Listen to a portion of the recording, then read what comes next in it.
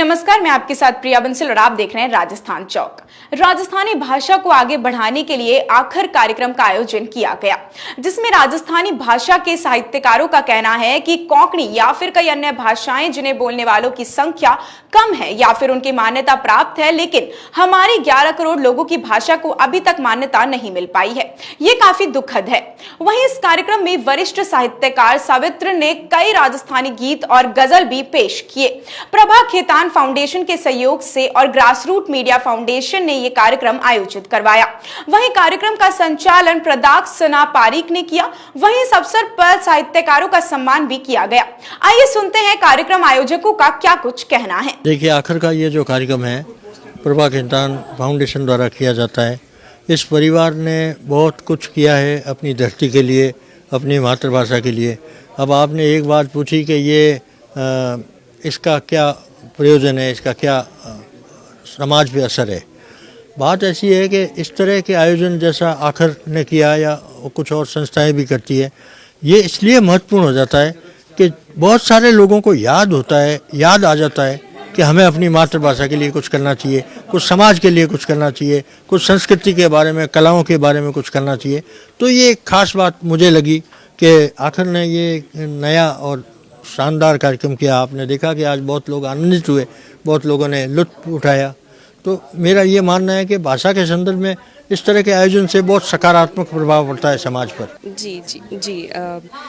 आखर की टीम के तौर पर अगर मैं कहना चाहूँ तो आखर का आयोजन ही हम इसलिए करते हैं ताकि जो राजस्थानी भाषा है वो धीरे धीरे धुंधली पड़ रही है, नई पीढ़ी पे उसका कोई प्रभाव नहीं है, लोग सीख नहीं रहे हैं और उसे पढ़ भी नहीं रहे हैं। तो इसी उद्देश्य से आखर किया जाता है और आज भी उसी की एक कड़ी थी जब जो आज के हमारे लेखक थे वो आए और उन्होंने बहुत बढ़िया समा बांधा और उन्होंने अपनी कुछ कविताएं सुनाई जिसकी लोगों ने काफ़ी वाहवाही की। और ये इस बात का सूचक है, जो इतनी सारी हमारी जनता आई थी और जितने दर्शक आए हुए थे, इस बात का है कि राजस्थानी भाषा का आज भी बाकी है लोगों में, लेकिन शायद वो माहौल नहीं मिलता है, वो जगह नहीं मिलती है जहाँ पे लोग राजस्थानी भाषा के बारे में जान सकें, समझ सकें और इस तरह से बात कर सकें। तो बस उसी परिपाटी के तौर पे हम आखिर का आयोजन करते हैं और आज का आयोजन भी उसी तरीके से था और बहुत बढ़िया आयोजन रहा आपका। देखिए, सरकार का क्या योगदान होना चाहिए, हमारे जो आज के लेखक थे उन्होंने पहले ही बताया कि सरकार को इस बारे में ध्यान देना चाहिए कि राजस्थान है, राजस्थानी भाषा है, इतने लोग बोल रहे हैं, तो कहीं ना कहीं उस पर ध्यान दिया जाना चाहिए। जो इतने सालों से नज़रअंदाज चल रही है, जो राजस्थानियों की ओर से ये लड़ाई भी चल रही है, लेकिन सरकार की ओर से इसको नज़रअंदाज किया जाता रहा है। तो यही है कि सरकार इस ओर ध्यान दे और जो भी इस बारे में हो सकता है वो उन्हें करना चाहिए।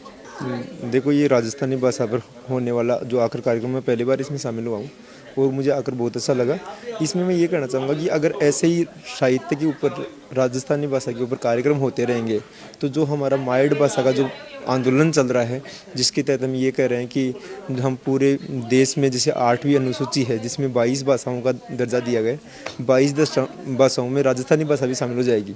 अगर राजस्थानी भाषा शामिल हो जाएगी तो हम पूरे जैसे हमारा कक्षा 1 से लेकर 8वीं तक का जो बच्चा है वो उसको भी पाठ्य पुस्तक मिलेगी। जैसे हमारी जो नेप है, न्यू एजुकेशन पॉलिसी है, उसमें ही भाषाओं की बात की गई है।